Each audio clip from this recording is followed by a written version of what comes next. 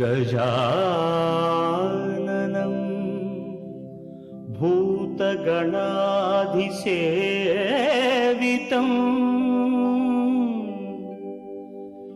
कपित्थजम्बू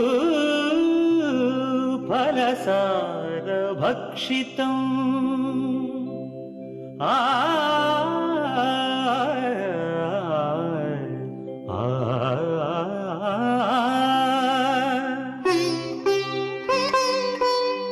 उमासुतं शोकविनाशकारणं नमामि विघ्नेश्वर पादपङ्कजम्।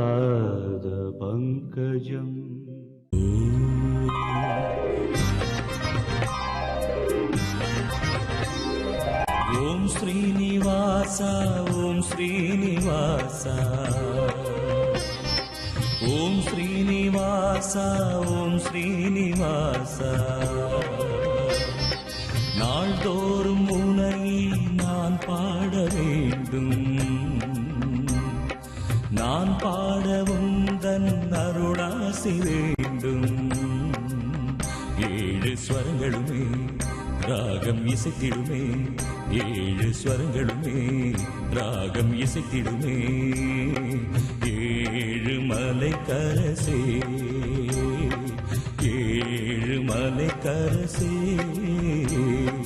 ஓம் ஸ்ரீனிவாச ஓம் ஸ்ரீனிவாச ஓம் ஸ்ரீனிவாச ஓம் ஸ்ரீனிவாச.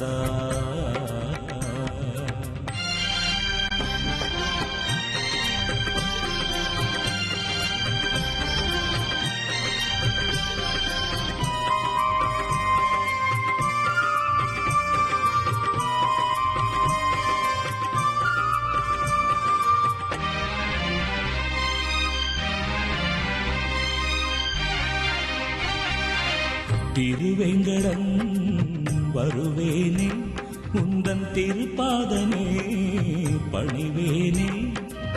திருவேங்கடம் வருவேனே, உந்தன் திருப்பாதமே பணிவேனே.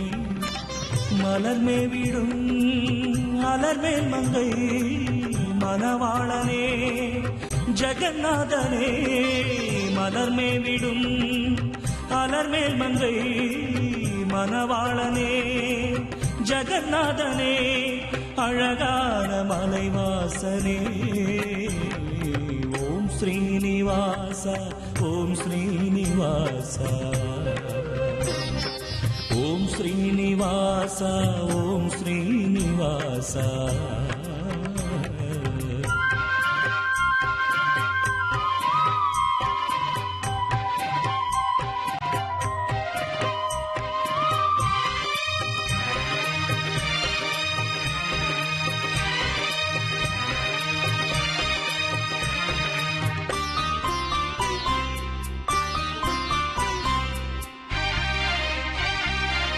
செந்தாமரை கண் கொண்டார் என்றும் சிங்காரமாய் நீ நின்றார். செந்தாமரை கண் கொண்டார் என்றும் சிங்காரமாய் நீ நின்றார். நினைத்தாலுமே துதித்தாலுமே எந்நாளுமே துணையாகுமே. நினைத்தாலுமே துதித்தாலுமே எந்நாளுமே துணையாகுமே. உன் பாத கமலங்கள். ஓம் ஸ்ரீனிவாச ஓம் ஸ்ரீனிவாச ஓம் ஸ்ரீனிவாச ஓம் ஸ்ரீனிவாச. நாள்தோறும் உன்னையே நான் பாட வேண்டும், நான் பாட உந்தன் அருளாசி வேண்டும். ஏழு ஸ்வரங்களுமே ராகம் இசைத்திடுமே, ஏழு ஸ்வரங்களுமே ராகம் இசைத்திடுமே. ஏழு மலை கரசே ஏழு மலை கரசே. ஓம் ஸ்ரீனிவாச ஓம் ஸ்ரீனிவாச ஓம் ஸ்ரீனிவாசா ஓம் ஸ்ரீனிவாசா.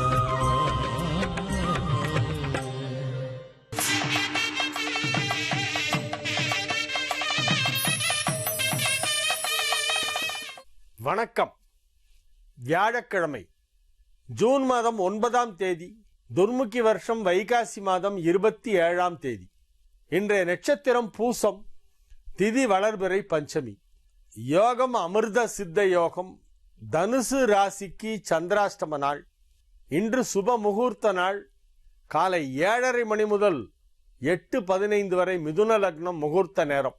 ராகு காலம் மதியம் 1:30 முதல் 3 மணி வரை. யமகண்டம் காலை 6 மணி முதல் 7:30 மணி வரை. குளிகை நேரம் 9 மணி முதல் 10:30 மணி வரை. நல்ல நேரம் என்கின்ற சுபஹோரைகள் காலை 9 மணி முதல் 12 மணி வரை, மாலை 4 மணி முதல் 7 மணி வரை, இரவு 8 மணி முதல் 9 மணி வரை. இன்றைய கிரக நிலவரம்: ரிஷபத்தில் சூரியன் புதன் சுக்கிரன், கடகத்தில் சந்திரன், சிம்மத்தில் குரு ராகு, விருச்சிகத்தில் செவ்வாய் சனி, கும்பத்தில் கேது. திருக்கோவில்களில் இன்று திருமோகூர் ஸ்ரீ காளமேகப் பெருமாள் ராஜாங்க சேவை, திருமயம் ஸ்ரீ சத்தியமூர்த்தி பெருமாள் புறப்பாடு, திருவகந்திபுரம் ஸ்ரீ தேவநாத பெருமாள் பிரம்மோற்சவம் ஆரம்பம், திருப்பதி ஏழுமலையப்பன் புஷ்பங்கி சேவை, சென்னை மேற்கு மாம்பலம் ஸ்ரீ கோதண்டராமர் கோவில் உற்சவம் ஆரம்பம், சுவாமிமலை முருகப்பெருமான் தங்கக்கவசம் வைரவேலுடன் அடியவர்களுக்கு காட்சி அருளல், திருநெல்வேலி டவுன் ஸ்ரீ சந்தான கோபால சுவாமி வருஷாபிஷேகம். ஒரு சிறிய இடைவேளைக்கு பிறகு 12 ராசிகளுக்கான ராசி பலனை பார்ப்போம். மேஷ ராசிக்கு இது ஒரு மகிழ்ச்சியான நாள். ராசிக்கு 4ஆம் இடத்திலே தொடர்ந்து சந்திரன் ஆட்சி பலம் பெற்றிருக்கின்ற அற்புதமான ஒரு கிரக அமைப்பு அமைந்திருக்கிறது. 4க்குடையவன் 4லே ஆட்சி பலம் பெற்றிருப்பதால் இப்பொழுது வாகன யோகம் அதிகரிக்கும். ஒரு சிலர் புதிதாக வண்டி வாகனம் வாங்கக்கூடிய வாய்ப்பு இன்றைய தினம் உருவாக்கும். பணம் கொடுக்கல் வாங்கல் செய்து கொண்டிருப்பவர்களுக்கு இப்பொழுது வரவேண்டிய பணமெல்லாம் வந்துவிடும். வியாபாரத்திலே நல்ல வளர்ச்சி ஏற்படும். பொருளாதார முன்னேற்றம் சிறப்பாக இருக்கும். கையிலே காசு தங்கும். மகிழ்ச்சியான சூழ்நிலையிலே குடும்பம் இருக்கக்கூடிய வாய்ப்பு. குடும்ப வாழ்க்கை மிகவும் மகிழ்ச்சியாக இருக்கும் என்று சொல்லலாம். 2ஆம் இடமாகிய குடும்பஸ்தானத்திலே சூரியன் புதன் சுக்கிரன் சேர்க்கை ஏற்பட்டிருப்பதால் குடும்பத்தில் தாராளமான பண வசதி கிடைக்கும். குடும்பம் சுபிட்சமாக இருக்கும். மாணவ மாணவியரின் கல்வி முன்னேற்றம் வெகு சிறப்பாக இருக்கும். 2ஆம் இடமாகிய வாக்குஸ்தானத்தில் புதன் அமர்ந்து கொண்டிருப்பதால் இப்பொழுது கல்வி முன்னேற்றம், கல்விக்கான நுழைவு அனுமதி கிடைத்தல் போன்றவை எல்லாம் வெகு சிறப்பாக திட்டமிட்டபடி மகிழ்ச்சிகரமாக கிடைக்கக்கூடிய வாய்ப்பு இருக்கிறது. அதிக நன்மைகள் நடைபெறும் நல்ல நாளாக இந்த நாள் விளங்குகிறது. ஆரோக்கியம் சிறந்து விளங்கும். மகிழ்ச்சியான சூழ்நிலையிலே இருப்பீர்கள். ரிஷப ராசிக்கு இது ஒரு மிக மிக மகிழ்ச்சியான நாள். உடன் பிறந்த சகோதரிகளால் ஒரு சிலருக்கு நன்மைகள் நடைபெறும். சகோதரிகள் மனஸ்தாபம் ஏற்பட்டிருந்தாலோ அல்லது பிணக்கு ஏற்பட்டிருந்தாலோ இப்பொழுது அவையெல்லாம் சரியாகிவிடும். மீண்டும் ஒற்றுமையாக அன்புடன் பரஸ்பரம் ஒருவருக்கொருவர் உதவிக்கரம் நீட்டிக்கொண்டு வாழ்கின்ற ஒரு நேரம் இப்பொழுது ஆரம்பமாகிறது. குடும்பத்திலே உள்ள நெருக்கமான உறவினர்களுக்கு மத்தியிலே ஏற்பட்ட கருத்து வேறுபாடுகள் அனைத்தும் மறைந்து ஒற்றுமை அதிகரிக்கின்ற நேரம். குடும்ப ஒற்றுமை மிகச் சிறப்பாக இருக்கும். மகிழ்ச்சியான சூழ்நிலையிலே தொழிலை வெற்றிகரமாக செய்வீர்கள். தொழில் வளர்ச்சி மிகச் சிறப்பாக இருக்கும். மிதுன ராசிக்கு இது ஒரு மிகச் சிறப்பான நன்மைகள் நடைபெறும் நல்ல நாள். ராசிக்கு 2ஆம் இடத்திலே சந்திரன் ஆட்சி. 2ஆம் இடமாகிய தனஸ்தானம் வலுப்பெற்றிருக்கிறது. எனவே பொருளாதார நிலை திருப்திகரமாக இருக்கும். கொடுக்கல் வாங்கல் சீராக நடைபெறும். வியாபாரத்திலே நல்ல வளர்ச்சி காண்பீர்கள். கையிருப்பு அதிகரிக்கும். சேமிப்புகளை புதிதாக துவங்குவீர்கள். புதிய சேமிப்புகளை துவங்குகின்ற ஆர்வம் இப்பொழுது ஏற்படும். அதன் மூலமாக உங்களுடைய வருங்காலம் செழிப்பாக இருக்க போகிறது. அதற்காக வித்திடும் நேரம் இது. மிகச் சிறப்பான நன்மைகள் எல்லாம் நடைபெறும். குடும்பத்தில் மகிழ்ச்சியான நிகழ்ச்சிகள் நடைபெறும். இது ஒரு நல்ல நாள்.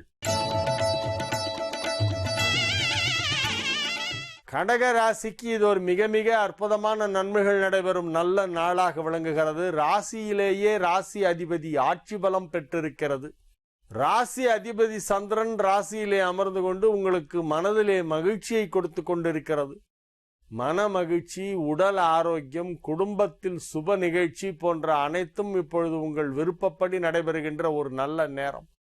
திருமண வயதில் உள்ள கடகராசி ஆண் பெண்களுக்கெல்லாம் இப்பொழுது திருமணம் நிச்சயமாகிவிடும். கடகராசியில நிறைய பேர் ரொம்ப லேட் மேரேஜ் தான்.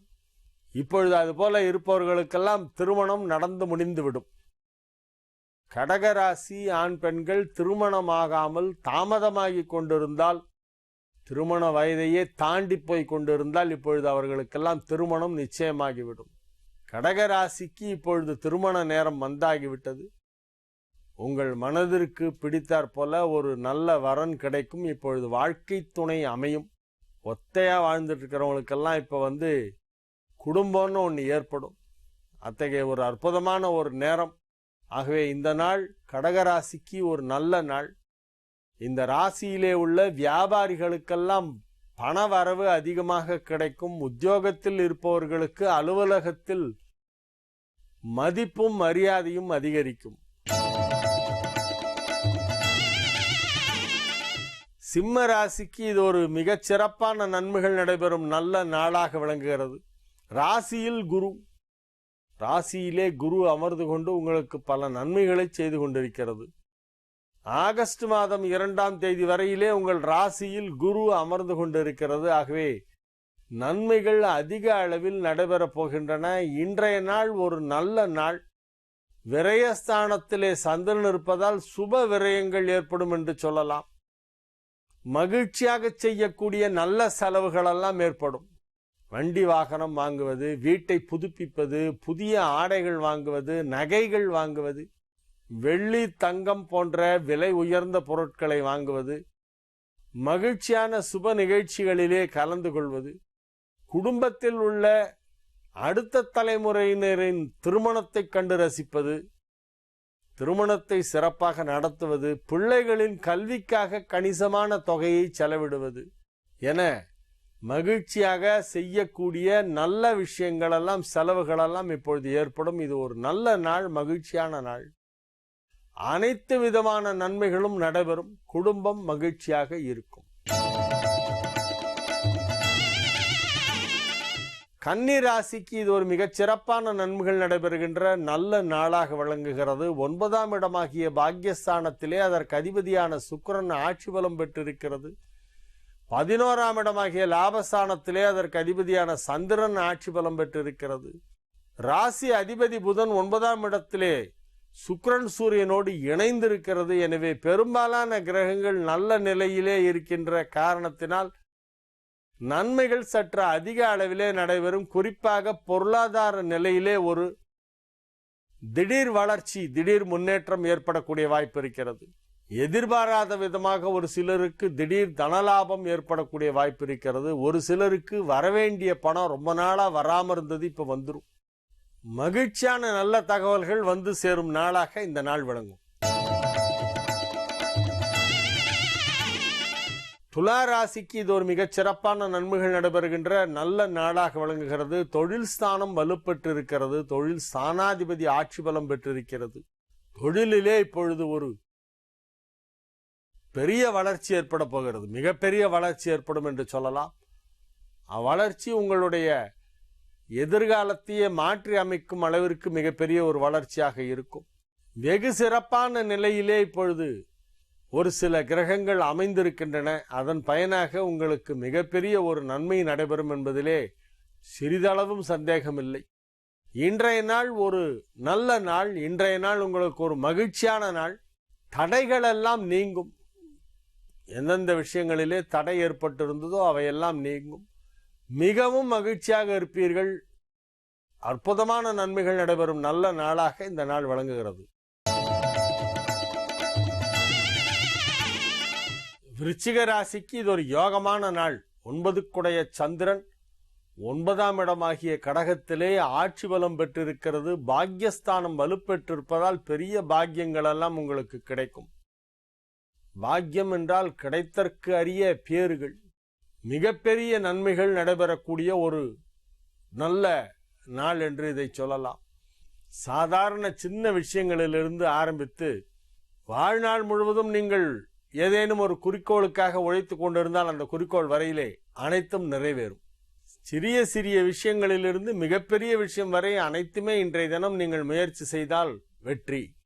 நீங்கள் செய்து வரும் முயற்சிகள், நீங்கள் செய்து கொண்டிருக்கின்ற முயற்சிகள், பல வருடங்களாக செய்து கொண்டிருக்கின்ற முயற்சிகள் போன்ற அனைத்துமே இப்பொழுது உங்களுக்கு ஒரு நல்ல பலனை கொண்டு வந்து கொடுக்கும். நீங்கள் பலன் கருதாமல் செய்த பல விஷயங்களுக்கு உங்களுக்கு பலன் தேடி வரும். கடமையை செய், பலனை எதிர்பார்க்காதே என்று பகவத்கீதையிலே கிருஷ்ண பரமாத்மா சொன்னார். ஆனால் நாமோ எல்லாவற்றிற்கும் பலன் எதிர்பார்க்கிறோம். ஒருத்தரை பார்த்து சிரிச்சா கூட அவர் பதிலுக்கு சிரிக்கணும்னு எதிர்பார்ப்போம். அவர் அந்த சிரிப்பை கண்டுக்காம போயிட்டான்னா அதில் கடுப்பாயிடுவோம் அவர் பேர்ல. நான் அவர் பார்த்து சிரிக்கிறேன், எனக்கு பதிலுக்கு ஒரு ஸ்மைல் பண்ண கூட முடியல பாரு, அந்த ஆளுக்கு ஒரு கர்ட்டசி இல்லை. எல்லாம் ஒரு மனுஷனா, நான் விஷ் பண்றேன் பேசாம போறான். ரொம்ப சாதாரண விஷயம் இது. ஒருத்தர் நம்மளை பார்த்து சிரிக்கலனாலோ விஷ் பண்ணலனாலும் நம்ம ஒன்றும் குறைஞ்சு போட மாட்டோம். நாமத்தான் இருப்போம். இதெல்லாம் மனுஷன் எதிர்பார்த்துட்டு பழகிறான். ஸோ அவன் என்ன எதிர்பார்க்கறான், ஒரு மனிதனுடைய எதிர்பார்ப்பு என்ன அப்படின்னு பார்த்தா, நாம என்ன இந்த சொசைட்டிக்கு சேருமோ அந்த சொசைட்டி நமக்கு திரும்ப செய்ய வேண்டும், பல மடங்காக செய்ய வேண்டும். நம்ம எல்லாரும் மதிக்கணும், என்ன எனக்குன்னு ஒரு ரெஸ்பெக்ட் இருக்கணும். இந்த மாதிரி எல்லாம் சின்ன சின்ன விஷயங்கள்லேருந்து எல்லாவற்றிலும் எதிர்பார்ப்பை வைத்து கொண்டுதான் மனிதன் வாழ்கிறான். எதிர்பாராமல் நான் வாழ்கிறேன்னு யாராவது சொல்லுங்க, 100% யாராலுமே சொல்ல முடியாது.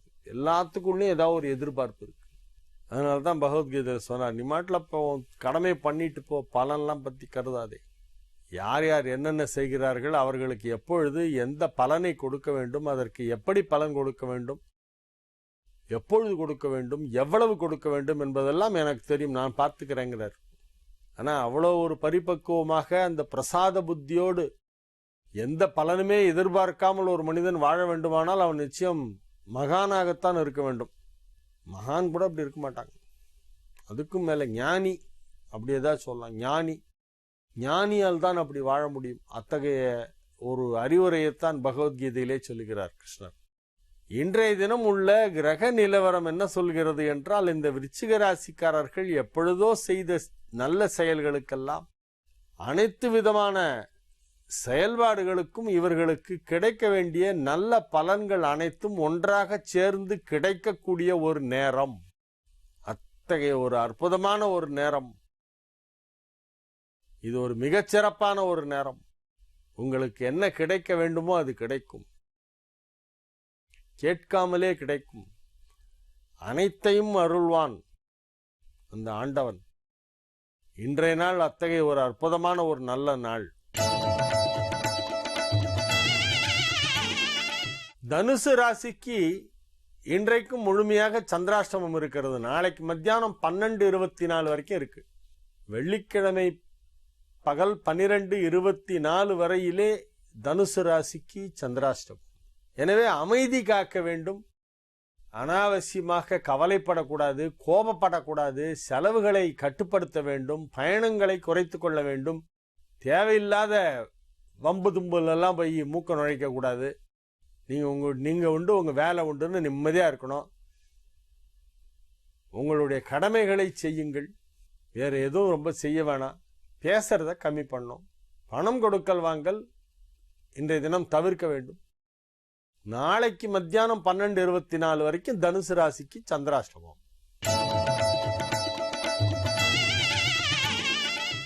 மகர ராசிக்கு இது ஒரு நல்ல நாள், மகிழ்ச்சியான நாள். பயணங்கள் ஏற்படக்கூடிய வாய்ப்பு இருக்கிறது. அந்நிய தேசத்துடன் தொடர்பு கொண்டு தொழில் செய்பவர்களுக்கெல்லாம் அதன் மூலமாக பணம் வரக்கூடிய வாய்ப்பு இருக்கிறது. பிற நாட்டவருடன் தொடர்பு கொண்டு வாணிபம் செய்பவர்களுக்கு அதிலே அமோக லாபம் கிடைக்கக்கூடிய வாய்ப்பு இருக்கிறது. பன்னாட்டு நிறுவனங்களிலே மென்பொருள் துறையிலே குறிப்பாக பணிபுரிபவர்களுக்கெல்லாம் இப்பொழுது அயல்நாடு செல்லக்கூடிய சந்தர்ப்பம் கிடைக்கும். அயல்நாடு செல்லக்கூடிய சந்தர்ப்பம் கிடைப்பது என்பது ஏதோ ஒரு தங்களுக்கு வாழ்க்கையிலே கிடைத்த ஒரு மிகப்பெரிய அதிர்ஷ்டமாக ஒரு சிலர் நினைத்து கொண்டு இருக்கிறார்கள். அது தவறான கருத்து. அயல்நாடு செல்வது யார் வேண்டுமானாலும் போகலாம். அதுக்கு ஒன்றும் பெரிய யோகம்லாம் தேவையில்லை. எவ்வளோ சம்பாதிச்சுன்னு வரீங்கன்றதான் கொஸ்டின். நானும் போய் சுற்றி பார்த்துட்டு வரணும் அப்படின்னா அது ஒரு தரம் போகலாம், 2 தரம் போகலாம், அப்புறம் போர் அடிச்சிடும். 10 நாளைக்கு மேலே என்ன இருக்குது? சுற்றி பார்க்கறதுக்கு ஒன்றும் கிடையாது. அப்புறம் சுற்றியாவது கோடாரி, அது ஒன்றும் பார்க்க முடியாது. What is your bank balance before you went to US and now அப்படிங்கிறத கம்பேர் பண்ணி பார்க்கணும். என்ன ரேஷியோவில் அது டெவலப் ஆயிருக்கு, அதை இங்கே இருந்திருந்தால் எவ்வளோ இருக்குன்னு பார்க்கணும். If you can earn 5 times more than what you can earn here, you are most welcome to go to any country. Otherwise be here. இப்பொழுது மறுபடியும் அந்த ஒரு வாய்ப்பு வரும். அந்த வாய்ப்புக்கான நேரம் வந்துவிட்டது. மகர ராசிக்காரர்களுக்கு கடல் கடந்து செல்வதற்கும் சம்பாதிப்பதற்கும் வாய்ப்பு வந்திருக்கிறது. இந்த நல்ல சந்தர்ப்பத்தை, நல்ல வாய்ப்பை பயன்படுத்தி கொள்ள வேண்டும். வியாபாரத்தில் இருப்பவர்களுக்கும் அத்தகைய வாய்ப்பு இப்பொழுது ஏற்படும். கும்பராசிக்கு இது ஒரு மகிழ்ச்சியான நாள். திருமணம் நிச்சயமாக போகிறது. கெட்டி மேளம் கொட்டப்போகிறது. நெருங்கி விட்டது நேரம். மகிழ்ச்சியான நல்ல சூழ்நிலையிலே இருக்கக்கூடிய ஒரு நாளாக இந்த நாள் விளங்குகிறது. உத்தியோகத்திலே இருப்பவர்களுக்கு அங்கே பதவி உயர்வு கிடைக்கும். படித்துவிட்டு நல்ல உத்தியோகத்திற்காக முயற்சி செய்து கொண்டிருக்கும் கும்பராசிக்காரர்களுக்கெல்லாம் இப்பொழுது நிரந்தரமான வேலை கிடைக்கும். இந்த நிரந்தரத்தன்மைங்கிறது தான் இன்னைக்கு நிறைய வேலைகளில் இல்லை. சில கம்பெனியில் வேலை பார்க்குறவங்கலாம் டெய்லி காலையில் பயந்துக்கிட்டே போவாங்களாம். ஏன்னா இன்னைக்கு வேலை இருக்குமா, இல்லை அந்த சீட்டில் வேற யாரையா உட்கார வச்சுருப்பாங்களான்னு தெரியாது. சனிக்கிழமை சாயந்தரம் ஒரு மீட்டிங் வைப்பாங்க. அந்த மீட்டிங் முடிஞ்சதுக்கப்புறம் எத்தனை பேர் தூக்க போகிறாங்கன்னு அப்போ தான் தெரியும். ஒரு அன்சர்டனிட்டி நிறைய இண்டஸ்ட்ரியில் இருக்குது. திடீர்னு ஆள் குறைப்பு செய்கிறார்கள். உற்பத்தி குறைந்து விட்டது, டிமாண்ட் குறைந்து விட்டது, ஏதேனும் ஒரு காரணம். ஆனால் கும்பராசியை பொறுத்தவரை நிரந்தரமான உத்தியோகம், நல்ல வேலை, நல்ல சம்பளம் எல்லாமே இப்போ கிடைக்க போகிறது. ஆகவே இது ஒரு நல்ல நாள். தொழில் ஸ்தானம் வலுப்பெற்றிருக்கிறது, குடும்பஸ்தானம் வலுப்பெற்றிருக்கிறது, திருமணஸ்தானம் வலுப்பெற்றிருக்கிறது. ஆகவே மகிழ்ச்சியாக இருப்பீர்கள். நன்மைகள் அதிக அளவிலே நடைபெறும். மீன ராசிக்கு இது ஒரு மிகச் சிறப்பான நன்மைகள் நடைபெறும் நல்ல நாள். ராசிக்கு 5ஆம் இடத்தில் சந்திரன் ஆட்சி பலம் பெற்றிருக்கிறது. பூர்வ புண்ணிய ஸ்தானமாகிய கடகத்திலே பூர்வ புண்ணிய ஸ்தானாதிபதியாகிய சந்திரன் வளர்பிறை சந்திரனாக வந்து அங்கே ஆட்சி பலமும் பெற்று அற்புதமாக அமைந்திருக்கிறது. ஆகவே மிகப்பெரிய நன்மைகள் எல்லாம் நடைபெறப் போகின்றன. உங்களுக்கு முக்கியத்துவம் அதிகரிக்கும். உங்கள் குடும்பத்திலும் பணிபுரியும் இடத்திலும் உங்களுக்கு கிடைக்க வேண்டிய முக்கியத்துவமும் மரியாதையும் மதிப்பும் செல்வாக்கும் அதிகரிக்கக்கூடிய ஒரு அற்புதமான ஒரு நேரம். உற்றார் உறவினர் நண்பர்கள் அனைவரும் உங்களுக்கு உற்ற துணையாக இருப்பார்கள். உறவினர்கள் நண்பர்களிடையே ஏதேனும் சிறு சிறு கருத்து வேறுபாடுகள் ஏற்பட்டிருந்தால் அல்லது சில காலமாக பேசாமல் இருந்தால் இப்பொழுது அவையெல்லாம் சரியாகி மீண்டும் நல்லிணக்கம் ஏற்படக்கூடிய அற்புதமான ஒரு நேரம். குடும்பத்தில் மகிழ்ச்சி அலை பொங்கும். ஆரோக்கியம் சிறந்து விளங்கும். பொருளாதார நிலையிலே குறிப்பிடத்தக்க நல்ல முன்னேற்றம் ஏற்படும். வியாபாரத்தில் இருப்பவர்கள், உத்தியோகத்தில் இருப்பவர்கள் ஆகிய அனைவருக்கும் தொழில் வளர்ச்சி மிக சிறப்பாக இருக்கும். மாணவ மாணவியரின் கல்வி முன்னேற்றம் வெகு வெகு சிறப்பாக இருக்கும். நன்மைகள் சற்று அதிக அளவில் நடைபெறுகின்ற நல்ல நாள். திருமண வயதில் உள்ள மீனராசி இளம் ஆண் பெண்களுக்கெல்லாம் இப்பொழுது திருமணம் நிச்சயிக்கப்படும். நன்மைகள் அதிக அளவில் நடைபெறும் நல்ல நாளாக இந்நாள் விளங்குகிறது. பூஜ்யாய ராகவேந்திராய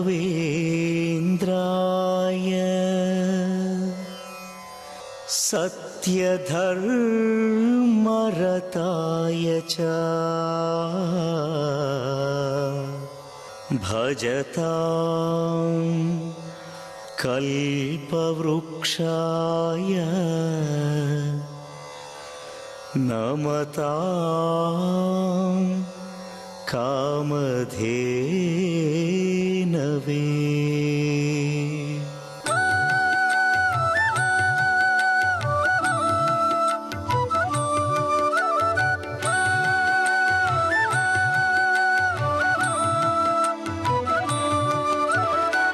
மகிழ்ச்சி ஊட்டும் மந்திராலயம், மனங்கள் பூஜிக்கும் பிருந்தாவனம், மூர்த்தி கீர்த்தி தீர்த்தம் என்றே மூன்றிலும் சிறந்தது மந்திராலயம். மகிழ்ச்சி ஊட்டும் மந்திராலயம், மனங்கள் பூஜிக்கும் பிருந்தாவனம், மூர்த்தி கீர்த்தி தீர்த்தம் என்றே மூன்றிலும் சிறந்தது மந்திராலயம். நாளும் பேரருள் புரிபவரே, ஞானம் போற்றிட அருள்பவரே, தாகம் தீர்த்து தனிப்பவரே, யோகம் யாவும் அருள்பவரே. பேரருள் கூறிடும் பிருந்தாவனம், ஸ்ரீராகவேந்திரரின் மந்திராலயம், கோடி நன்மை தரும் குரு பார்வை, உலகம் முழுதும் உன் அருள் பார்வை. பிருந்தாவனம் வந்தாலே பேரும் புகழும் அருள்வாயே, தினமும் நாமம் ஜெபித்தோமே அறிவும் பொருளும் தருவாயே. மகிழ்ச்சி ஊட்டும் மந்திராலயம், மனங்கள் பூஜிக்கும் பிருந்தாவனம், மூர்த்தி கீர்த்தி தீர்த்தம் என்றே மூன்றிலும் சிறந்தது மந்திராலயம்.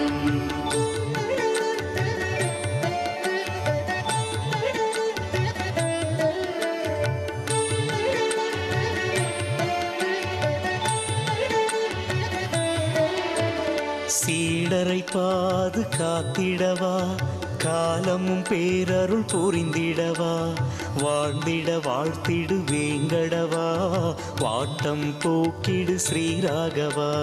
மகிழ்ச்சி ஊட்டும் மந்திராலயம், மனங்கள் பூஜிக்கும் பிருந்தாவனம், மூர்த்தி கீர்த்தி தீர்த்தம் என்றே மூன்றிலும் சிறந்தது மந்திராலயம்.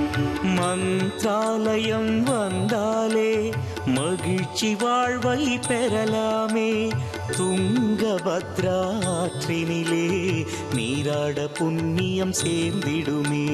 பேரருள் கூறிடும் பிருந்தாவனம், ஸ்ரீராகவேந்திரரின் மந்திராலயம், கோடி நன்மை தரும் குரு பார்வை, உலகம் முழுதும் உன் அருள் பார்வை. உடனடி நிவாரணி உன் மந்திரமே, உலகம் முழுதும் ஒலிக்குதே, உலகம் இயங்குது உன் அருளால், உதயம் பிறக்குது உள்ளத்திலே. மகிழ்ச்சி ஊட்டும் மந்திராலயம், மனங்கள் பூஜிக்கும் பிருந்தாவனம், மூர்த்தி கீர்த்தி தீர்த்தம் என்றே மூன்றிலும் சிறந்தது மந்திராலயம்.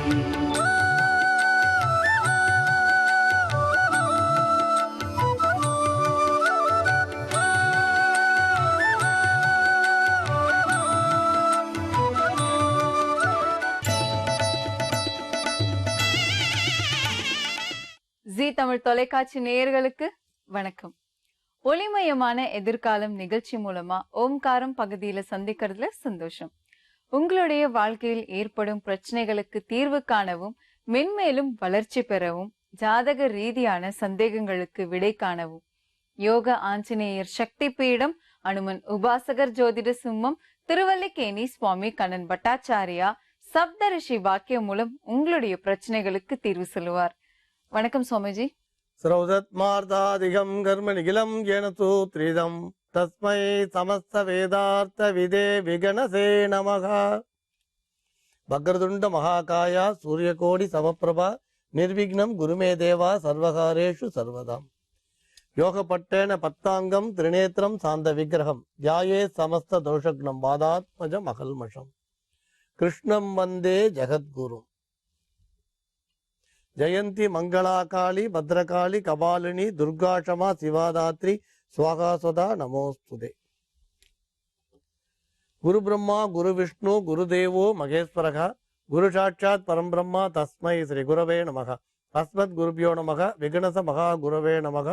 அனுமன் சுவாமிகள் ஆசிகளுடன் மங்களகரமான துர்முகி வருடம் வைகாசி மாதம் 27ஆம் தேதி 9/6/2016 வியாழக்கிழமையான இன்று பல நல்ல ஜோதிட ஆன்மீக விஷயங்களை பார்க்கலாம். இன்னைக்கு நிறைய ஜாதகங்கள் கணிக்கிறதுக்கு எவ்வளோ அருமையான வழிகள் வந்துடுது. ஒரு காலத்தில் பார்த்தீங்கன்னா ஒரு ஜாதகம் கணிக்கிறதுக்கு நேரங்கள் நீண்ட நேரம் எடுத்துக்கொள்ள வேண்டி வரும். பஞ்சாங்கமும் அந்த காலத்தில் பார்த்தீங்கன்னா உங்களுக்கு சோடிகளில் எழுதி வச்சிருப்பா. அதுக்கப்புறம் தான் அந்த பிரிண்டிங் வந்தது. இப்போ புத்தகங்கள்லாம் வந்திருக்கு. அந்த காலத்தில் பார்த்தீங்கன்னா சோடிகளை பஞ்சாங்கம் யார் கணிக்கக்கூடியவர்களோ அந்த ஜோதிடர், அந்த தெய்வஞர் வந்து பஞ்சாங்கத்தை கணிச்சு சோடிகளில் எழுதி என்னென்ன கிரகங்கள் எங்கே இருக்குது, கோயில்களில் மகாமண்டபங்கள்லையோ அதுக்குன்னு ஒதுக்கப்பட்ட இடங்கள்லையும் இருந்து வருஷப்பரம் பண்ணி படிப்பாள். இந்த வருஷம் எப்படி பிறந்திருக்கு, குரு எங்கே இருக்கார், சனி எங்கே இருக்கார், இந்த கிரகங்கள் இந்த வருஷம் எங்கெங்கே மாறுது, சூரிய கிரகணம் எப்போ வருது, சந்திர கிரகணம் எப்போ வருது, இதெல்லாம் பற்றி முழுமையாக படிப்பா. நிறைய பேர் அதை தெரிஞ்சு வச்சுப்பா, சிலர் குறிப்பு எடுத்துப்பா. இப்போ அப்புறம் புஸ்தகம் வந்து பஞ்சாங்கம் வந்து புத்தகமாக வர ஆரம்பிச்சுது. இப்போ பார்த்தீங்கன்னா கம்ப்யூட்டரில் வருது, செல்ஃபோனில் வருது, இப்போ லேப்டாப்பில் கூட நீங்கள் போட்டு இன்டர்நெட் வசதியில் பார்க்குறீங்க. அதனால ஜாதகத்தில் வந்து ஜாதகம் கணிக்கிறதுன்றது ரொம்ப சுலபமாக போயிடுது. ஒரு பொதுவாக நமக்கு ஜாதகம்ன்றது ரொம்ப முக்கியம். அஸ்ட்ரானமி இருந்தால் தான் அஸ்ட்ராலஜி சரியாக வரும். இந்த அஸ்ட்ரானமின்ற அந்த கால கணிதத்தை, இந்த கிரகங்கள் எங்கே இருக்குன்ற சஞ்சாரத்தை துல்லியமாக கணிச்சு இப்போ நீங்கள் நிறைய பேர் பார்த்தீங்கன்னா நீங்கள் செல்ஃபோனில் கூட எந்தெந்த கிரகங்கள் எங்கே இருக்குன்னு நீங்கள் போட்டு பார்த்துடலாம். இப்படி விஞ்ஞானம் நிறைய வளர்ச்சி அடைஞ்சதுனால இப்போ நீங்கள் வந்து எழுதுறதெல்லாம் மறைஞ்சு போச்சு. பேனால் எழுதுறதெல்லாம் மறைஞ்சு போச்சு. சுவிட்ச் போட்டால் பிரிண்ட் கொடுத்துருது. அப்படியே எத்தனை பக்கம் வேணாலும் 100 பக்கம் வேணாலும் பிரிண்ட் வந்துடுது. அதுலேயும் பார்த்தீங்கன்னா எந்தெந்த துல்லியமான நேரங்களை எடுத்துக்கொள்ளக்கூடிய அளவு நமக்கு வசதி வந்துடுது. ஏன்னா இப்போ நீங்கள் சாதாரணமாக நம்ம மத்தியஸ்த நேரம்னு ஒரு நேரத்தை எடுத்துக்கிறோம். சாதாரண ஒரு நேரம்னு எடுத்துட்டிங்கன்னா டெல்லியில் 10 மணினா சென்னையிலே 10 மணினும் அந்த 1 நிமிஷம் 2 நிமிஷம் வித்தியாசங்கள் நம்ம இப்போ பொதுவாக வந்து ஒரு 100 வருஷத்துக்கு முன்னே கஷ்டம். இப்போ அப்படி கிடையாது. துல்லியமாக ஒரு குழந்தை பிறந்தா எந்த நேரம் எங்கே பிறந்ததுன்னு நம்ம எடுத்துட முடியும். இது வந்து இந்த ஜாதகம் கணிக்கிறதுல ஒவ்வொரு ஜோதிடர்கள் இடையிலையும் அந்த காலத்தில் வந்து சில வித்தியாசங்களாக கணித முறையில் சில வித்தியாசங்கள் இருந்தது. அதாவது குழந்தை சிரோதயம், ஒரு சில ரிஷிகளோட கருத்து சிரோதயம், குழந்தை சிரோதயம் வந்ததுன்னா அந்த சிரசு வந்து வெளியில் வந்தால் அந்த நேரத்தை லக்னமாக எடுத்துக்கலாம். இன்னொருத்தர் வந்து என்ன சொல்கிறாருன்னா, சந்திரன் பிரதானமாக இருக்கிறதுனால ஜாதகங்களுக்கு குழந்தை வந்து அழறதை வந்து பிரதானமாக எடுத்துக்கலாம். மூணாவது தொப்புள் கொடியை கட் பண்ணி எடுக்கிறா பாருங்க, அதை வந்து பிரதானமாக எடுத்துக்கலாம். ஒரு ஜாதகம் கணிக்கிறதுக்கு இது மாதிரியான வழிமுறைகளை வந்து பெரியவர்கள் வந்து சொல்றா. இப்படி ஜோதிடம் கணிச்சா கூட ஒரு ஜாதகத்தை நம்ம கையில் எடுக்கும்பொழுது சில விஷயங்களை வந்து தீர்மானம் பண்ணி அதை வந்து நம்ம உறுதி பண்ண வேண்டியது அவசியம். அதுக்கு நிமித்தம், சகுனம், பிரசன்னம், ஆருடம்னு ஒரு ஜாதகத்தை நீங்க ஒருத்தர் கொடுக்கறதுக்கு முன்ன அவன் எடுத்துட்டு வரக்கூடிய பொருள், உதாரணம் சொல்ல போனால் வெத்தலை பாக்கு, பழம், அதில் மல்லிப்பூன்னு எடுத்துக்கலாம், சாமந்தி பூன்னு எடுத்துக்கலாம், வாழைப்பழம்னு எடுத்துக்கலாம், எலுமிச்சை பழம்னு எடுத்துக்கலாம். இது மாதிரி நிறைய விஷயங்கள் இருக்கு. அதையும் அவள் வரக்கூடியது, அவள் வந்து அமரக்கூடிய திசை, அவள் போட்டுன்னு வரக்கூடிய துணியோட கலர், இப்படி நிறைய விதங்களையும் எடுத்து இந்த ஜாதகத்தை கொஞ்சம் ஊர்ஜிதம் பண்ண வேண்டியது அவசியம். ஒரு ஜாதகத்தை எடுத்த உடனே இந்த ஊர்ஜிதங்கள்லாம் ரொம்ப அவசியம். ஏன்னா சில ஜாதகங்களில் வந்து சில தடுமாற்றங்களால் அவள் வந்து முன்ன பின்ன கணிச்சிருக்கலாம். சில நேரத்தில் பார்த்தீங்கன்னா நட்சத்திர சந்தி, லக்ன சந்தி வரும். 1 நிமிஷம் 2 நிமிஷம் அதை வந்து நம்ம யூகித்து அறிதல் அவசியம்னு சொல்கிறோம். அந்த மாதிரி வரும்பொழுது அந்த லக்னத்தை வந்து சரியாக நம்ம யூகித்து அறிதல் மிக மிக அவசியம். வராகமிக்கிறர் இதில் ரொம்ப சிறந்தவராக சொல்வார். அந்த மாதிரி தான் வராகமிக்கிறர் ஜாதகம் கணிச்சதாகவும் பல்லவ மன்னன் கேட்குறாராம், என் பையனோட ஜாதகம் எப்படி இருக்குன்னும் போது, உங்கள் பையன் வந்து 15வது வயது முடிஞ்சு 16வது வயது வரும்பொழுது பன்றியால இறந்துடுவான் அப்படின்னு ஒரு ஜோதிடம் சொல்கிறார். அந்த ராஜாவுக்கு அப்படி ஒரு ஜோதிடம் சொன்ன உடனே அப்படி ஒரு ஜோதிடம் சொல்கிறார். அவன் என்ன சொல்கிறான், தன்னோட கோட்டைக்குள்ள, அந்த கோட்டையோட நகரத்துக்குள்ள, எப்பயுமே கோட்டை நகரம் ஒன்று சார்ந்து இருக்கும், பன்றியே வளர்க்கக்கூடாது, பன்றியே இருக்கக்கூடாதுன்னு சொல்லிடுவான். அதுக்கப்புறம் ஒரு பன்னி கூட வரலையா. பையனையும் காட்டுக்கு வேட்டைக்கு அனுப்பல. 15 வயசு முடியறது. 16வது வயசு ஆரம்பித்த அன்னைக்கு ராஜா சொல்கிறான், இன்னைக்கு ஒரு நாள் தான் இருக்குது. நீங்கள் சொன்னது என்னன்னா வராகம் வந்து வராகமிக்கிற சும்மா பொறுமையாக இருக்கார். அன்னைக்கு சாயந்தரம் பலமான காற்று அடிக்கிறது. பையன் தோட்டத்தில், அரண்மனை தோட்டத்தில் விளையாட போகிறான். அப்போ என்ன ஆகுதுன்னா, பெரிய தூண் இருக்குது. இந்த ராஜாவோட சின்னம் வந்து பன்றி. ஒரு கிட்டத்தட்ட ஒரு 4 அடி 5 அடி உயரத்துக்கு மேலே ஒரு வெங்கலத்தில் பண்ணி சிலை பண்ணி அந்த தூண் மேலே வச்சிருக்கா. அந்த காற்றுல அந்த பன்றியோட சிலை வந்து அந்த பையன் மேலே விழுந்து பையன் இறந்துடுறான்னு சொல்லுவான்.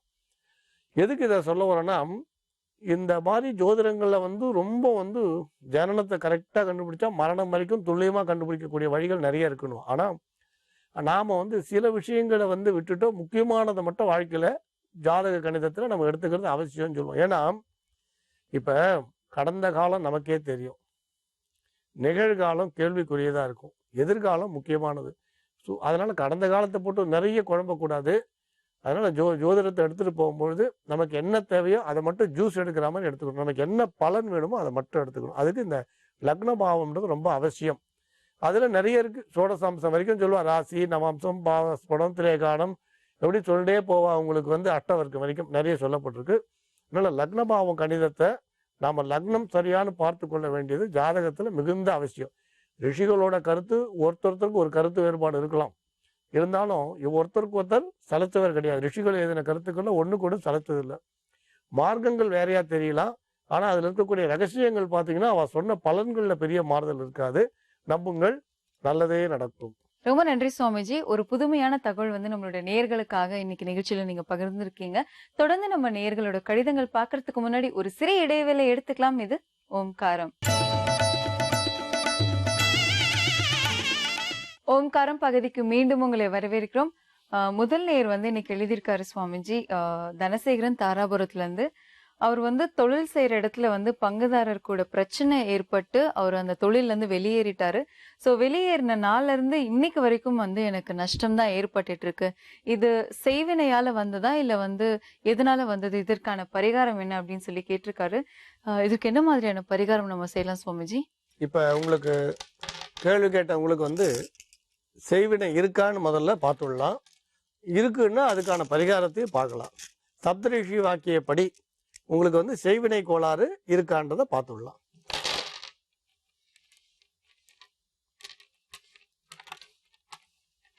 இப்போ நீங்கள் கேள்வி கேட்ட உங்களுக்கு திருஷ்டி தோஷம் இருக்க தவிர செய்வினை தோஷங்கள் எதுவும் கிடையாது. இந்த திருஷ்டி தோஷத்துக்கான பரிகாரத்தை நாங்கள் சொல்கிறோம், அதை மட்டும் செய்துக்குங்க.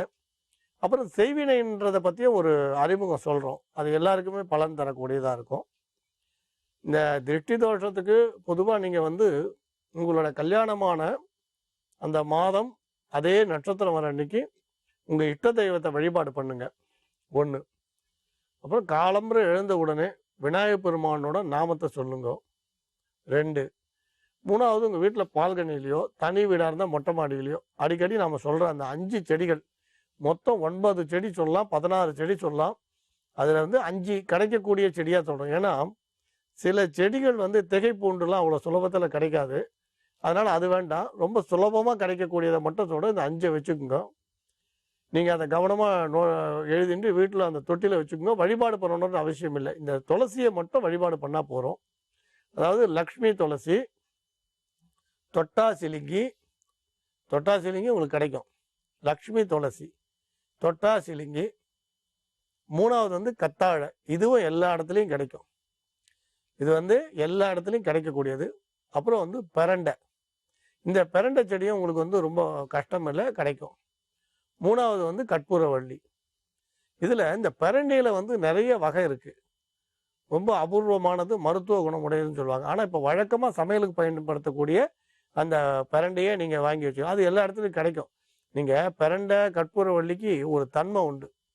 என்னன்னு கேட்டிங்கன்னா, அந்த கற்பூரவள்ளி செடியை நீங்கள் சாதாரண உடச்சி வச்சா கூட வந்துடும். பெரண்டையும் அதே மாதிரி நீங்கள் வெறுமை கத்தியில் ஷார்ப்பாக கட் பண்ணி ஒரு கொத்து வாங்கிட்டு வரீங்கன்னா ஒரு 5-6 துண்டாக கட் பண்ணி அப்படியே நட்டிங்கனாலும் வந்துடும். அதுக்கு மட்டும் அந்த தன்மை உண்டு. ஆக இதை மட்டும் நீங்கள் வீட்டில் வச்சுக்கோங்க. லக்ஷ்மி துளசிக்கு மட்டும் செவ்வாய் வெள்ளி விளக்கேற்றி வழிபாடு பண்ணலாம். இது எந்த திசையில் வைக்கணுன்றது அவசியம் இல்லை. ஏன்னா எல்லாரும் வடகிழக்க புனிதமானதாக சொன்னால் கூட நீங்கள் எந்த இடத்துல வழி இருக்கோ நீங்கள் அங்கே வச்சுக்கோங்க போகிறோம். இது நல்ல ஒரு பாசிட்டிவ் வைப்ரேஷனை கொடுக்கும்.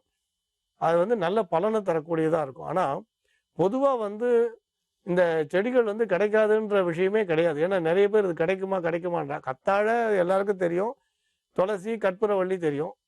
இந்த பெரண்டை சில பேருக்கு தெரியாமல் இருக்கலாம். இந்த தொட்டாசிலிங்கி கிடைக்குமான்னுவா. ஆனால் அது கட்டாயம் கிடைக்கும். அதில் ஒன்றும் உங்களுக்கு சந்தேகமே வேண்டாம். இதை வச்சுக்கோங்க. கட்டாயம் நல்ல பலன் கிடைக்கும், திருஷ்டி விலகும். சாதாரணமாக வீட்டுக்கு முன்னால் இந்த கண் திருஷ்டி கணபதியோட இந்த படத்தை வைக்கிற வழக்கமாக இருக்கும். இந்த படிகாரம் கட்டுவா. ஏற்கனவே நாங்கள் இந்த தேங்காய் விஷயம் சொல்லியிருக்கோம். இந்த சிவப்பு துணியில் தேங்காய் கட்டி மாட்டுறது, இதெல்லாம் உங்களுக்கு இந்த திருஷ்டி தோஷங்களை போக்கும். இந்த செய்வினைன்னு ஒரு பிரச்சனை வருது. செய்வினைன்றது மாந்திரிகம், வாமாச்சார பிரயோகங்களால் செய்யக்கூடியது. செய்வினைன்றது மாந்திரிகம், வாமாச்சார பிரயோகங்களால் செய்யக்கூடியது. ஆனால் நீங்கள் நினைக்கிற மாதிரி உடனே ஒருத்தரோட ஃபோட்டோ எடுத்து வச்செல்லாம் செய்வினை அவ்வளோ சுலபத்திலலாம் செய்திட முடியாது. செய்வினைன்றது அவ்வளோ சுலபத்தில் செய்யக்கூடிய விஷயமே கிடையாது. ஒருத்தரை பார்த்த மாத்திரத்தெல்லாம் செய்வினை செஞ்சிட முடியாது. அது வந்து பொதுவாக வந்து செய்வினைக்குன்னு பிரத்யேகமாக சொல்லக்கூடிய சில சூத்திர தேவதைகள், சின்ன சின்ன தேவதைகள் உண்டு. அந்த ரகசிய பிரயோகங்கள் உண்டு. இந்த சாத்தான் மாதிரி சின்ன தேவதைகள் இந்த வேலைகள் எல்லாம் செய்யும்னு சொல்லுவா. ஆனா அதை வசப்படுத்துறது வந்து அவ்வளவு சுலபம் இல்லை. எல்லாருமே வசப்படுத்த முடியாது. ஜபம் பண்ண எல்லாருமே செய்வினை செய்யக்கூடிய தேவதைகளை வசப்படுத்த முடியாது. அதே மாதிரி வாமாச்சார பிரயோகங்களும் அவ்வளவு சுலபத்தில் யாரும் செய்திட முடியாது. அப்படி செய்தாலும் அதை எடுக்கிறதுன்னா அதுக்குன்னு சில தனி மார்க்கங்கள் உண்டு. பிரத்யங்கரா, சரபேஸ்வரர், தூளினி, அகோரா, இந்த மாதிரி நரசிம்ம மந்திரங்களால பிரயோகம் பண்ணி எடுக்கிறது உண்டு. ஆனா அது வந்து நீங்க நினைக்கிற மாதிரி ரொம்ப சுலபம் இல்லை. அதுக்கான சில வழிமுறைகள்லாம் உண்டு. அதனால மாந்திரிகம்ன்றது நீங்க நினைக்கிற மாதிரி சுலபத்துல ஒருத்தருக்கு ஒருத்தர் செய்யறது இல்லை. இந்த ஏவல்னு சொல்றா பார்த்தீங்களா, அதுதான் அஷ்டகர்மம் சொல்வா. வசியம், ஸ்தம்பனம், மோகனம், வித்வேஷனம், மாரணம்லாம். அதனால அவ்வளோ சுலபத்துல யாருக்கு யாரும் செய்வினைகளை செய்திட முடியாது. அதுக்கு தனி பிரயோகங்கள் வேணும். நீங்க நினைக்கிற மாதிரி ஒரு 100 ரூபாய் காசு எடுத்து போட்டு பிரயோகம் பண்ண முடியாது. சில பேர் கூட சொல்வா விபூதியில பண்ணிட்டான்னு. அவ்வளவு சுலபத்துல விபூதியிலாம் பண்ண முடியாது. விபூதியில வந்துருச்சு உள்ள கொடுத்துட்டான்னு சொல்ல முடியாது. செய்வினைன்றது சுலபமான விஷயம் இல்லை. நாம் செய்த வினை வேணா நம்மளை தொல்லை பண்ணலாம். நாம் செய்த வினை தொல்லை பண்ணலாம். செய்வினை அவ்வளவு சுலபத்துல தொல்லை பண்ணாது. அது மாதிரி காலங்களில் பொதுவாக ஞாயிற்றுக்கிழமை நீங்க சாயந்தர வேலையில சரபமூர்த்தியை வழிபாடு பண்றது செய்வினை தோஷத்தை போக்கும்னு சொல்லுவா. அதே மாதிரி உங்களுக்கு வந்து அஷ்டமி நவமியில பிரத்யங்கரா தேவி வழிபாடோ அல்லது துர்கா தேவி வழிபாடோ செய்வினைகளை போக்கும்னுவா. பிரதோஷ காலத்துல நரசிம்ம சுவாமியை துதிக்கிறது செய்வினைகளை போக்கும். இல்லை சுவாதி நட்சத்திரம் அன்னைக்கு கருட பகவானை பூஜிக்கிறது செய்வினைகளை வந்து பிரயோகம், காரட பிரயோகம்னு சொல்லுவா. அது வந்து செய்வினைகளை வந்து கட்டாயம் போக்கும் அப்படின்னு சொல்லுவா. அதனால செய்வினைன்றது அவ்வளவு சுலபத்துல செய்ய முடியாது. இதுல அகோரான்றதும் உங்களுக்கு வந்து வாமாச்சார தந்திரங்களும் இன்னும் ரகசியமானது. உங்களுக்கு இந்த அகோரான்னு பண்றா பாருங்க, இந்த அகோரா வச்சு பிரயோகம் பண்ணக்கூடியது தனியா சொல்லுவான். அதே மாதிரி பிரத்யங்கரா தேவியை வச்சு பண்ணக்கூடிய பிரயோகத்தையும் தனியா சொல்லுவான். அதனால நம்ம அவ்வளவு சுலபத்துல யாருக்கு யாரும் செய்வினைகளை செய்ய முடியாது. அதை விட இன்னும் சொல்ல போனா இறை நம்பிக்கையும் பக்தியும் எங்க உறுதியா இருக்கோ அங்க செய்வினை வந்து அவ்வளவு சுலபத்துல வந்து உங்களுக்கு எந்த கெடுதல்களும் பண்ணவே முடியாது. அதுக்கு ஒரு உதாரணம் சொன்னா பிரகலாதன் சரித்திரம் தெரியாதா? அது மாதிரி பிரகலாதன் மாதிரி தீவிரமான பக்தி உள்ளவாளுக்கு எப்படி அவரை கடல்ல தூக்கி போடலையா, விஷத்தை கொடுக்கலையா, கடுமையான ஆழகால விஷமே கொடுத்தார். ஆனா எதுவும் ஒன்றும் பண்ண முடியல. கடுமையான விஷம் ஒன்றும் பண்ண முடியல. அது ஆழகாலமா இருந்தா கூட சரி. ஏன் ஆழகாலம் சொல்றேன்னா, பாற்கடல்ல இருந்து வெளியில வந்த விஷம், கொடிய விஷம் இந்த ஆழகாலம். அது 14 லோகத்தையுமே எரிக்கக்கூடிய, அதான் சிவபெருமான் அதை சாப்பிட்டு நீலகண்டரா ஆனார். சுவாமி அதை எடுத்துட்டார். அது மாதிரி யாருக்கு நமக்கு எந்த கெடுதல் வந்தாலும் சுவாமி கட்டாயம் அதை எடுத்துப்பார். பாருங்க, சுவாமி வந்து ஆழகால விஷத்தை எடுத்துட்டு நமக்கு அமிர்தத்தை கொடுத்தார். தேவர்களுக்கெல்லாம் அமிர்தத்தை கொடுத்தார் இல்லையா? ஆனா விஷத்தை வந்து தான் எடுத்துட்டார்.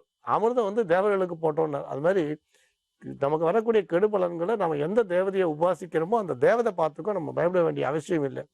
அதனால செய்வினைன்னு சொல்றது அவ்வளோ சுலபத்துல நமக்கு எடுத்துறோம்னு நினைச்சு பயப்பட வேண்டிய அவசியம் இல்லை. இப்ப சொன்ன மாதிரி சின்ன சின்ன சின்ன செயல்களே வந்து வெற்றிக்கு நம்மளை அழைச்சிட்டு போகும்னு சொல்லலாம். இன்னொரு விஷயம், இந்த வாமாச்சார பிரயோகங்கள் அவ்வளவு சுலபம். கத்தியில இருக்கக்கூடிய தேன் எடுத்து நக்கிற மாதிரி அது வந்து பார்க்கறதுக்கு இனிப்பா தெரியும், பார்க்கறதுக்கு தான் இனிப்பு. ஆனா சுவைக்க போகும்பொழுது எப்படி கத்தியில இருக்க தேன் நாக்கையை அறுத்துறோமோ அந்த மாதிரி இந்த மாந்திரிக பிரயோகங்கள்ல சர்வ ஜாக்கிரதையா இருக்க வேண்டியது ரொம்ப ரொம்ப அவசியமான விஷயம்னு சொல்லலாம். அதுல நடைமுறைகளை வந்து மாற்ற முடியாது. அதுக்குன்னு இருக்கக்கூடிய சில நடைமுறைகள் சிலதை வந்து அவ்வளவு சுலபத்துல நீங்க வந்து மாற்றவே முடியாது. அதே நேரத்துல தெய்வ சாபத்துக்கு சுலபமா ஆளாயிடுவா. எப்படி நிகுமலையில போய் இந்திரஜித் யாகம் பண்ணி சாபத்தை சம்பாதிச்சுட்டு வந்து மறுபடியும் அந்த யாகத்தை ஆரம்பிச்சு கடைசியில் தன்னோட இறுதியை நோக்கி போனாலும் அந்த மாதிரி அவ்வளவு சுலபம் இல்லை. அதனால நீங்க உங்களுக்கு செய்வினை இல்லைன்றதுனால பயப்பட வேண்டாம். அந்த மாதிரி இருக்குன்னு யாராவது நினைச்சா கூட இப்ப சொன்ன மாதிரி சுலபமான வழிபாடுகளால போக்க முடியும். பயப்பட வேண்டிய அவசியம் இல்லை. நம்புங்கள், நல்லதே நடக்கும். ரொம்ப நன்றி சுவாமிஜி. தனசேகரன் அவங்களுக்காக வந்து நல்ல ஒரு பரிகாரம் நீங்க சொன்னீங்க. மற்றவங்களும் வந்து செய்வினையால வந்து கஷ்டப்படுறாங்க அப்படின்னா அவங்களுக்கும் எளிய வழிமுறைகள் வந்து இன்னைக்கு நிகழ்ச்சியில் நீங்க பகிர்ந்திருக்கீங்க. இதனால கண்டிப்பா எல்லாருக்குமே ரொம்ப பயனுள்ளதா அமைஞ்சிருக்கும். ரொம்ப நன்றி சுவாமிஜி. மங்களானி பவந்து. யோக ஆஞ்சநேயர் சக்தி பீடம், அனுமன் உபாசகர் ஜோதிட சிம்மம், திருவல்லிக்கேணி சுவாமி கண்ணன் பட்டாச்சாரியா சப்தரிஷி வாக்கியம் மூலம் உங்களுடைய பிரச்சனைகளுக்கு தீர்வு சொல்லுவார். மீண்டும் நாளை சந்திக்கலாம். இது ஓம்காரம்.